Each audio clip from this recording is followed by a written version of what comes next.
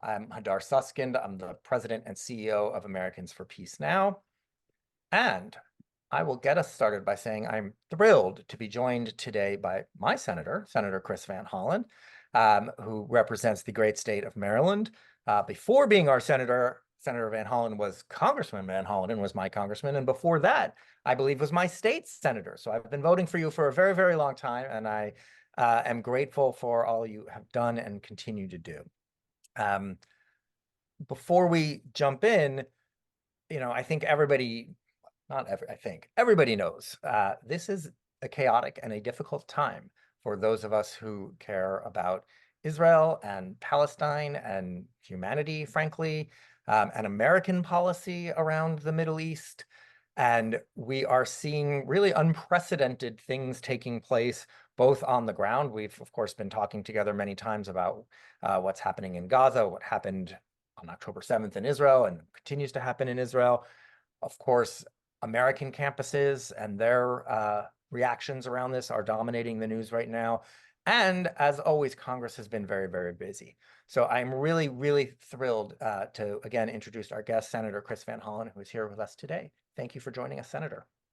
Well, Hadar, it is great to be with you. It's great to be with Americans for Peace Now. Thank you for your leadership. Very proud to have you as a constituent in the state of Maryland. And thank you and Americans for Peace Now for striving, as your title indicates, to achieve peace and security and dignity for everybody in the Middle East, everybody in Israel, everybody in Palestine. And it is good to be with you and others on this call. Thank you. So before we jump in, I, of course, as often is the case, forgot some of the housekeeping. So for folks who would like to ask questions, I remind you, please use the Q&A function at the bottom of the screen, not the hand raising. We're not taking live questions, but we will be following those that are submitted on the Q&A. We will try to get to as many of them as possible. If we can't get to them all, we will do our best to get to them in a follow-up over email. So again, please use the Q&A button at the bottom of the screen. So I want to kick us off on this conversation where we really want to focus on Congress and what Congress has been doing and how the nature of the dialogue and the activity in Congress has perhaps shifted, particularly since October 7th. So I think that has been a big shift, particularly in the Democratic caucus. Again, the Republicans are sort of hewing to their line. And specifically when it comes to the issue of conditioning or restricting aid or enforcing existing laws and existing legislation around aid. There were 17 senators who supported you in your amendment to require that weapons received by any country, by the way, this was not at all Israel specific, would be, I'm sorry, I lost myself there, that those senators joined you in an amendment that said that any countries receiving that kind of aid need to be complying with existing U.S. law about foreign aid. We came out, as many of you know, 3 years ago talking about conditioning aid. And when we did so, there was almost no conversation like that happening in Congress. We've seen such a shift now. How do you think we got there? And, where do you think things stand on this issue? Well, let me start at the beginning of this most recent very, very difficult chapter, and that was on October 7th. And I think everybody in the United States Senate, like people around the country, were horrified by the Hamas terror attacks on Israel.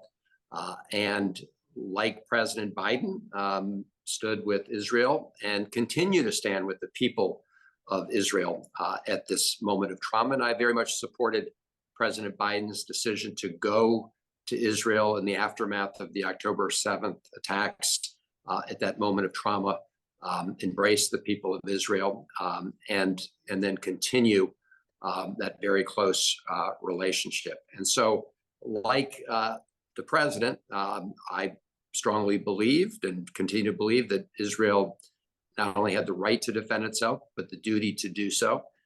But I've been very clear from the beginning that a war can be just, but it still needs to be fought justly.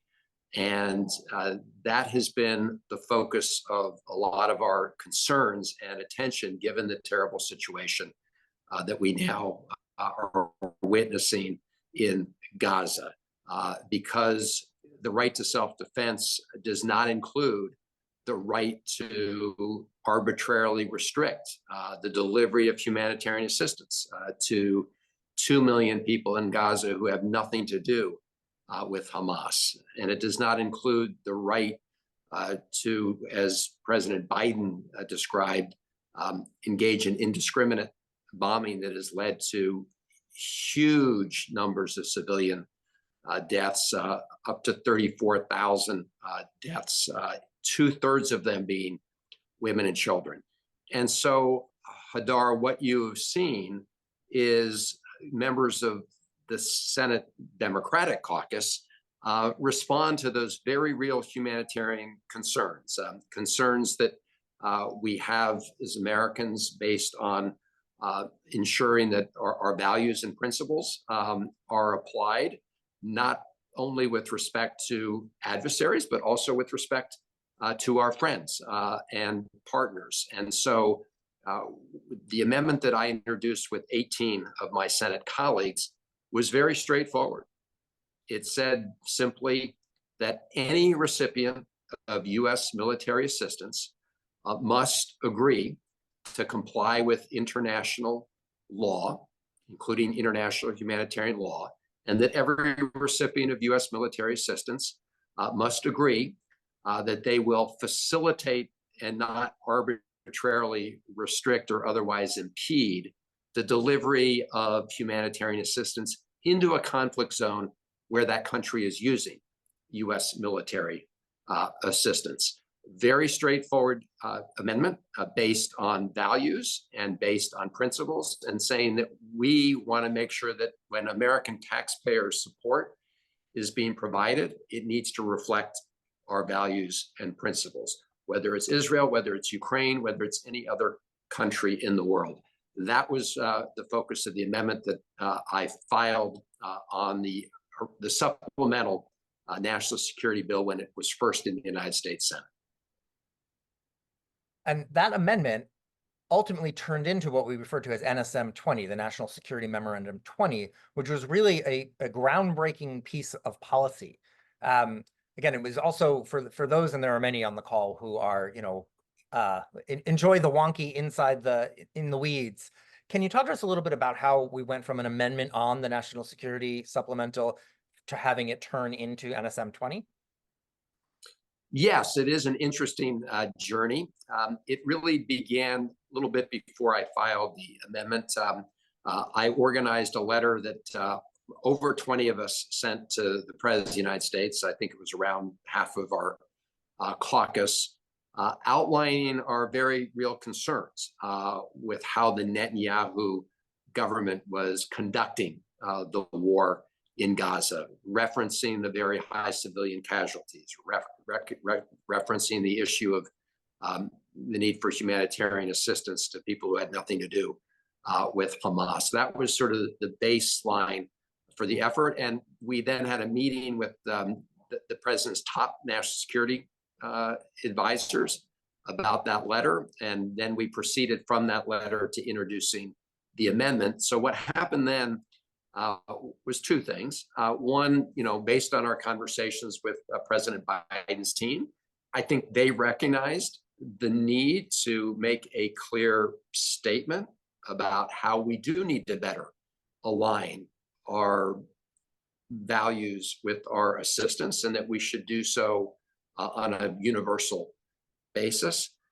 In addition, truth be told, I think, Senator Schumer was concerned about a divisive debate in the United States Senate, especially among members of the Democratic caucus, and worked with us to urge the Biden administration to adopt NSM 20. And so I spent a good 6 weeks in conversation, dialogue with members of the Biden team to fashion NSM 20 so that it reflected the purpose of our amendment.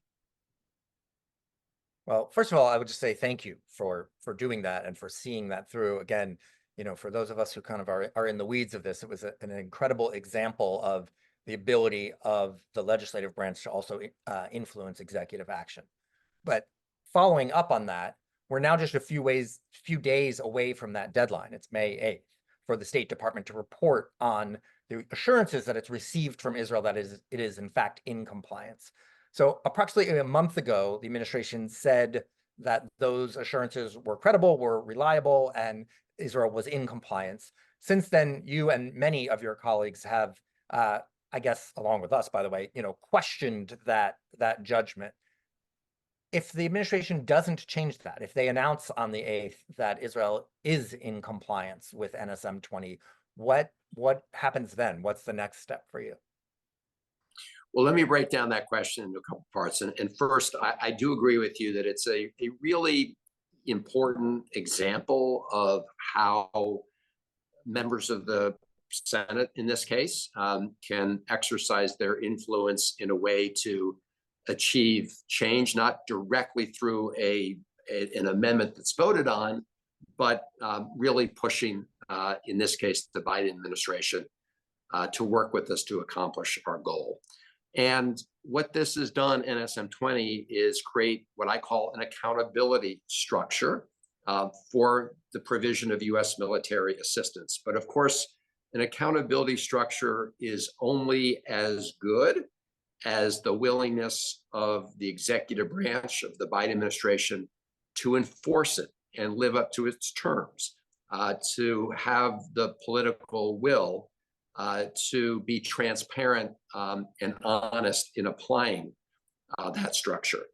And you're right, I was very concerned a number of weeks back when the Biden administration determined that what we call the assurances, the written assurances that were provided by the Minister of Defense of Israel, Defense Minister Gallant, that those met the test of being credible and reliable. And the reason we were concerned is that just because you have a high-ranking official sign something does not in and of itself make it credible if at the time it was being signed, it was being violated with respect to the requirements of providing humanitarian assistance to people who were literally starving to death in Gaza.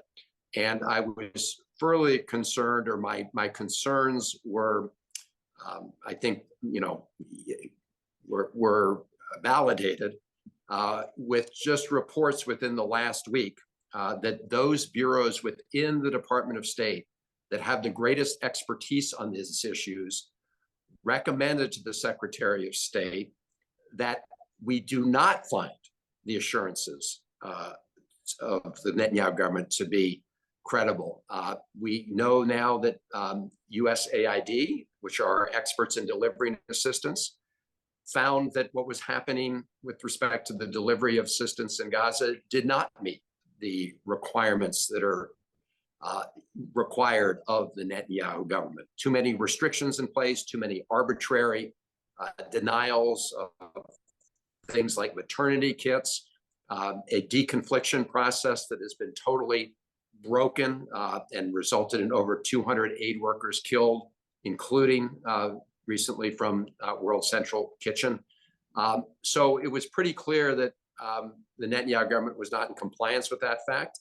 And then you had the 4 bureaus within the Department of State that are most responsible for applying humanitarian law and looking after human rights, also recommending that the administration not find that those assurances were not credible. But the key departments' recommendations were swept aside. And the Bureau of Political Military Affairs essentially said, well, I don't know if they denied those realities, but they said, well, this will result in a cutoff of offensive military assistance, and we don't want to do that, and so we're going to ignore those concerns. I say that as way of background to the May 8th report that you referenced, because that episode with respect to the earlier assurances does give me concerns about whether or not the May 8th report it will be an honest accounting of what has happened, because this is not just supposed to be a snapshot in time. It is supposed to chronicle what's happened from actually January of last year, so throughout the entire duration of the war in Gaza. And this is supposed to be a fact and law-based analysis, the report. What happens based on that report, if anything, what policy decisions? Those are something that we can all debate, discuss, and disagree about, but we should not have a disagreement about the basic facts and the application of the law, which is why, and I will just close with this point here, it's very important that we've seen two things happen. One is this independent task force that was put together by outside experts, and including many people who had previously worked at the State Department, but experts in international law and experts who've been involved in literally US weapons targeting. And they came up with a comprehensive report indicating that there were many instances where we'd seen American weapons used in violation of international humanitarian law, and that when it came to the delivery of humanitarian assistance, that both US law, 620I, had been violated. This is 620I of the Foreign Assistance Act, and that international norms for the delivery of humanitarian assistance were violated. And I should point out that Amnesty International, just a few days after that task force report came out, reached similar conclusions. And so that should be the yardstick now by which we measure the credibility of the May 8th report that the Biden administration is supposed to submit. Yeah. I mean, as you said, there have been experts from across the US government, external bodies, international NGOs, UN groups. I know, I was recently there and spoke with Israeli leaders. I was there in Israel, not in Gaza, thankfully. I know you've been there also. You've been to the Gaza border there and seen it yourself. I mean, one of the things that to me is shocking about some of this is you actually don't necessarily even need all of those reports. You need to listen to the things that Israeli government ministers have said about not allowing aid in. It's really not a debate. They have said things that are clear that they have done. And even some of the improvements, I will call it, that we've seen in recent weeks with some of the crossings that have been opened and an increase in aid going in, while they're also still not sufficient, but they also demonstrate very clearly that Israel was restricting the aid, that Israel was keeping it closed.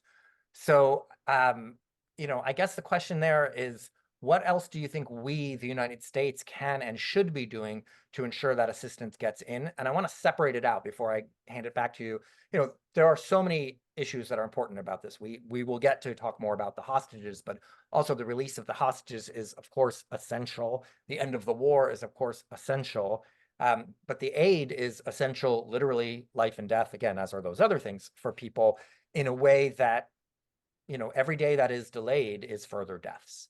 And so I think part of the challenge in the policy conversation we have is people quite understandably wanting to connect all of those things. And there needs to be connections as we look toward an end to the conflict. But in terms of the immediate actions that the United States should be taking now around aid, what else do you see as the tools that are out there for us? Well, let me say that, as you indicated, what we need to get to is a ceasefire and a return of the hostages. That does need to be an absolute priority to achieve those two goals. Until we're at that point where hostilities cease and hostages are returned, we do need to make sure that all of those innocent civilians in Gaza get the humanitarian supplies they so desperately need, whether it's food to eat, water to drink, medicines to treat injured people, and care for newborns, the whole range of things. And as you said, I was at the Rafah border back in January, along with my colleague, Senator Jeff Merkley. And we witnessed the arbitrary sort of denial of many goods that were allegedly dual use, but had no reasonable purpose as a weapon. Maternity kits were turned back. Water purification kits were turned back. Solar-powered units to work for desalination of water. And we heard about all the issues regarding the problems with deconfliction. And as you said, Hadar, those were accompanied by statements from many, many high-level, Netanyahu government officials about denial of aid or severely restricting aid. Even the prime minister himself said that we're going to deliver the minimal amount as part of our war strategy. You have people like Smotrich and Ben-Gvir who have very openly said we should be restricting aid. Smotrich held on to flour that could feed tens of thousands of people for weeks and weeks and weeks arbitrarily. And Ben-Gvir encouraged protesters to block food going in through Kerem Shalom. So as you say, we had this very terrible situation. Have some of these things improved since the killings of aid workers with World Central Kitchen and President Biden's phone call with Prime Minister Netanyahu, where he at last said, President Biden said that if we don't see improvements, you're going to see changes in U.S. policy. There have been some marginal improvements because of that. The Erez crossing is now open, but the real measure of success, whether we're successful on deconfliction and delivery within Gaza, will be when people are not starving to death anymore and when people have medicine to treat themselves. So this is why this report is going to be so important, because its purpose is not to conclude, for example, just that things have gotten better now. That's great if they're getting better now. It's supposed to be an unvarnished account of what has happened in Gaza over this entire period of months, both in terms of restrictions on humanitarian aid, as well as the use of U.S. weapons in these unacceptably high civilian deaths. And then there's the policy discussion. So let me just say on that point that even as we speak, and separate from the May 8th report, I have called upon the Biden administration to pause the delivery of any more offensive weapons to the Netanyahu government until the Netanyahu government meets the very reasonable demands of the President of the United States. That means really making sure that we are not seeing people starving to death in Gaza. So really making sure that in addition to just opening crossings, aid is being delivered to the people who need it, and that we are absolutely assured that there will not be invasion of Rafah. The President of the United States has said this is a red line. He has said it's a red line because it will result in a huge amount of additional casualties and human suffering. It will make it much harder to achieve the objective of getting the hostages returned safely, and it will simply prolong the war. And so my view is United States taxpayers should not be asked to give a blank check to the Netanyahu government and Smotrich and Ben-Gvir. We should insist that the president use all the tools at his disposal to achieve his own stated objectives. These are his objectives. It makes no sense to be delivering offensive weapons at the same time Prime Minister Netanyahu is rejecting the requests of the President of the United States. So that stands separate and apart from the May 8th report, but the May 8th report should also inform next steps going forward.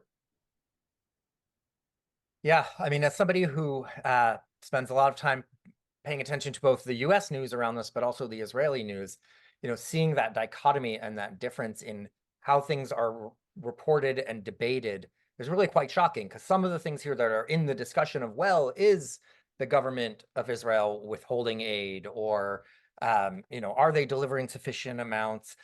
Are not being debated there because, again, the government says quite clearly what they are doing, and members like Ben-Gvir and Smotrich are quite clear on their views that there should be no aid given and that should be blocked. So it's quite it's really eye-opening to see the debate, and I will say it is also eye-opening, but in a more positive way, to see that you and many of your colleagues are acknowledging that and are speaking out about it and not letting those things just be whitewashed. So again, Well, let me just say on that point, I mean, we have a fundamental problem here because Prime Minister Netanyahu is listening much more closely to his far right extremist government partners like Ben-Gvir and like Smotrich than he is to the United States, the president of the United States of America. And of course, that government coalition, the most extreme in the history of Israel, can bring down Netanyahu at any time. And so this is why we know that the number one governing principle of Prime Minister Netanyahu is keep President Netanyahu where he is. His personal ambition is overriding the good of the people of Israel, the good of the people of the United States. It's putting himself before the return of the hostages. So this is a very combustible situation. It is why the President of the United States and so many of us in Congress want to see the President of the United States use all these tools that he has. And I want to thank all the people on this call for continuing to press to make sure that we uphold American values, because if we are going to have credibility around the world, if we're going to have credibility about a values and principle-based foreign policy where we respect universal human rights, where we respect the rule of law, we cannot selectively apply those principles only to our adversaries. We have to apply them as well to our friends and use, again, our tools, American taxpayer-paid military aid, to advance those values. So I know you spoke, I think it was just this past weekend at the rally for the hostages. Again, there's a regular effort to make sure that the plight of those hostages, American citizens and Israeli citizens and others, is kept at the forefront. And I know also you've met with some of those families as they've come here. We've been part of some of that. So is there, can you talk a little bit about what either the administration or Congress or the United States overall you think can and should be doing to work on the plight of those hostages and make sure that they are, not as many as possible, that every single one of them is released as soon as possible? Well, you're right, Hadar. I've met on multiple occasions with members of the, families of hostages, and it's hard to imagine being in a more awful situation where you wake up every day wondering about the fate of your loved ones being held in captivity by Hamas somewhere in Gaza. I mean, that is sort of mental torture on a daily basis. So this is exactly why we need to continue to push and prioritize the return of the hostages. And I think as we look at the situation right now, as I said, and as an invasion of Rafah will simply endanger them further, in addition to endangering the lives of innocent, Palestinians who have nothing to do with Hamas.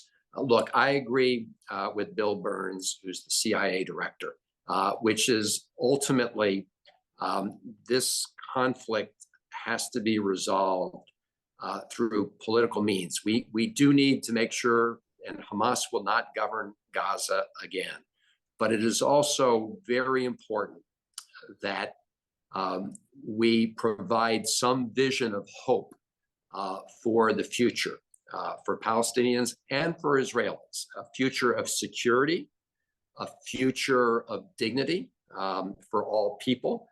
That is why it was important that President Biden advance the idea of a two-state solution. And I do believe, and I don't mean the idea of a two-state solution, the need to have a very clear pathway to finally achieve it. And it's my view, and I know there are differences of opinion about whether that is still achievable, but it's my view this is the last gasp, right, for any hope of a genuine two-state solution. And President Biden, having advanced it, needs to really take leadership in calling upon both the Palestinian leadership and Palestinian people, as well as the people of Israel, to rally behind that vision.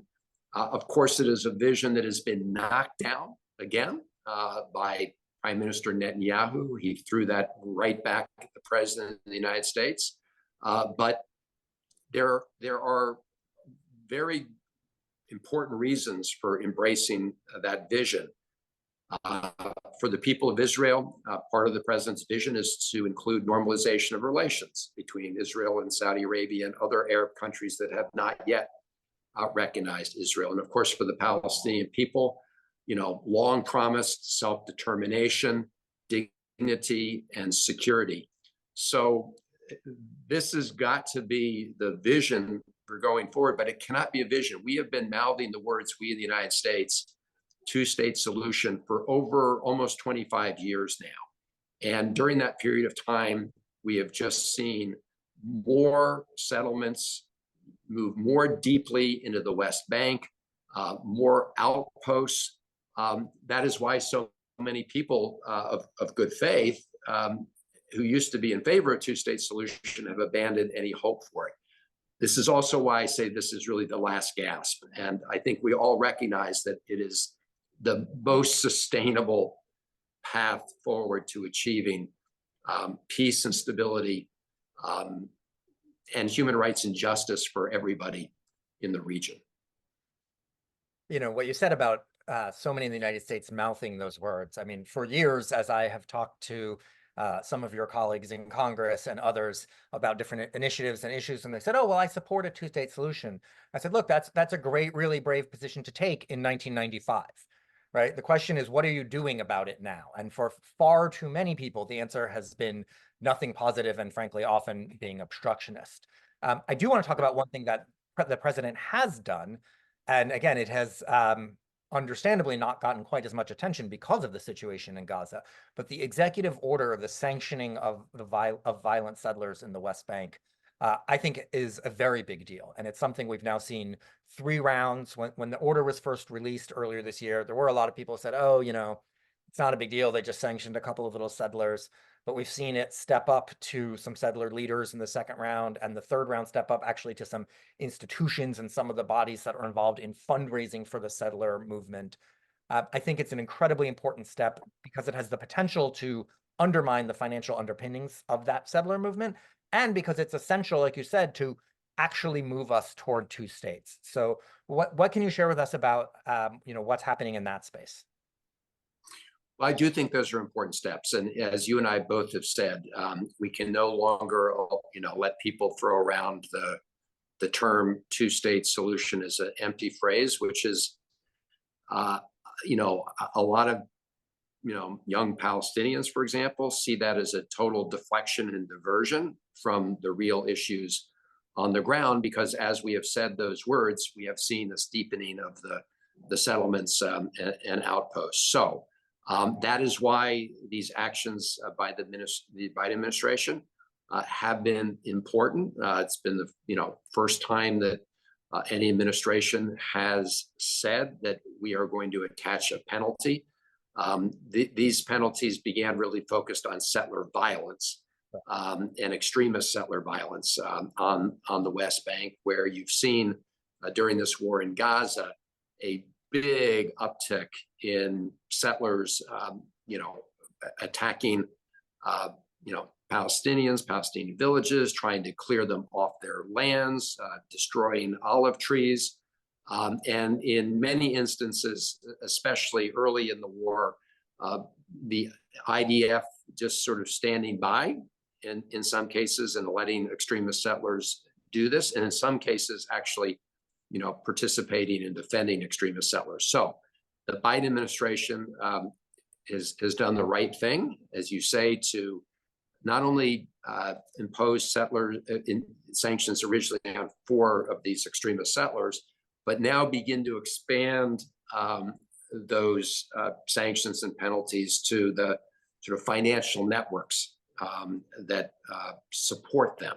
And so it's going to be very important that we continue to use this. Look, last year before this awful, the awful attacks of October 7th, I actually proposed an amendment in the Senate Appropriations Committee that essentially said that U.S. military assistance cannot be used to further advance illegal settlements and outposts, because we should not be allowing U.S. supplied weapons to be used as cover and protection for continuing and deepening the occupation. And so as we come out of, hopefully sooner rather than later, this very dark chapter, when we get a ceasefire and a return of the hostages and begin the very, very difficult process of reconstruction, we do need to use all these tools at our disposal to try to achieve, in reality, President Biden's call for a 2-state solution. And most of all, it's going to have to, present a positive vision of what peace and stability can mean for Israelis and Palestinians alike. But I do think the president's going to have to make clear that we're going to use all the tools that we have to achieve those goals, especially when you're dealing with the likes of, Smotrich and Ben-Gvir. I think that the people of Israel need to fully understand that the government of the United States of America is not going to subsidize the actions of people like Ben-Gvir and Smotrich. Amen. I'm going to switch you back from there to here to the halls of the Senate. I think you all avoided debating the Anti-Semitism Awareness Act today, but it's still out there. As you know, the House passed it yesterday, and it's coming to the Senate. We've been on the record at APN in opposition to this bill. It codifies the IRA definition, which I believe is just used, frankly, not to fight anti-Semitism, certainly not to protect Jews from the very real issues of anti-Semitism we're facing in this country now, but rather really just to silence debate on Israel and Palestine, and to shut down people by calling them an anti-Semite. I don't know how deeply you've gotten a chance to engage with the bill yet. What do you maybe share with us your thoughts on the bill and what you think we might see next week around this in the Senate? Well, sure. Let me start with sort of first principles, because this is obviously coming up in the context of many of the protests on college campuses and elsewhere around the country. And it seems to me we should all be able to hold 2 ideas in our head at the same time. One is that people have the right to peacefully protest the actions of the Netanyahu government, or peacefully protest other things that they're concerned about. Number 2, that anti-Semitism should have no place or place of refuge in our society, whether it would be on a campus or anywhere else, and that we need to speak out against anti-Semitism wherever we see it raise its ugly head. So those are the principles that we need to advance. Now, as you know, there are a number of pieces of legislation before Congress, both in the House and the Senate right now, dealing with anti-Semitism. In fact, months ago, I joined Senator Jackie Rosen and some others on a resolution expressing concerns about anti-Semitism that we are seeing on some college campuses. And again, let's distinguish between that and all the students who, in many cases on an interfaith basis, are protesting what the Netanyahu government is doing in Gaza. So look, I'm reviewing all of these bills, but you are right that any legislation that seeks to equate criticism of the state of Israel with anti-Semitism is not only false on its face to draw that false comparison, but is in many ways designed to try to suppress discussion and debate where people may make points that I strongly disagree with, but to say that that is automatically somehow anti-Semitic is wrong. It's a violation of First Amendment rights. So the answer to your question is I'm looking at this legislation. I'm looking at the statements that were made by people like Congressman Nadler and others, and listening. The bill. Just to clarify for everybody, that's Congressman Nadler opposed the House version, voted no. Right. So I'm looking at this debate, and again, as I say, what we need to do is make sure we fashion a policy that makes sure that every student on campus feels safe. No student should be subjected to any form of hatred in the form of anti-Semitism, in the form of Islamophobia, in the form of, whatever it may be. We need to make sure that we don't see any kind of violence, harassment on campuses. Students have a right to feel safe, personally safe on college campuses, and students have a right to peacefully protest things that they think are wrong. So those are the sort of lenses I will apply to any of these measures that are being considered in the United States Senate. Well, thank you. And thank you as always for your thoughtfulness on that. Thanks everybody for joining us today, and we'll see you all later. Thank you. Thank you.